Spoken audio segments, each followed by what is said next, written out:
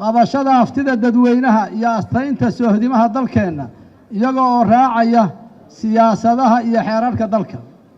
shirgudoonka labada aqal xildhibaanada iyo sanatarada baarlamaanka sharafta leh iyo guddiga ku meel gaarka ah ee labada aqal ee baarlamaanka anigoo ku hadlaya magaca xukuumadda waxaan hortiina ka ballan qaadaynaa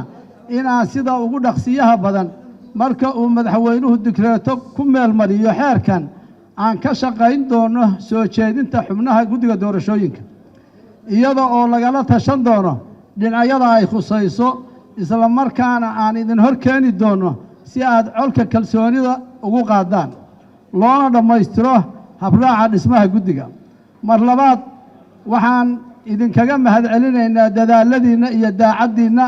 aad u horteen dalkeenna iyo dadkeenna aad iyo aad baa u mahadsantihin internet plus waa adeeg ay macaamiishu ka heli karaan internet fiber ah oo xawaarihiisu yahay 20 megabytes per second ayna la socdaan rasiifar ay ku jiraan in ka badan 4,000 oo kanaal iyo boqolaal daqiiqado oo ah ku hadal bilaash ah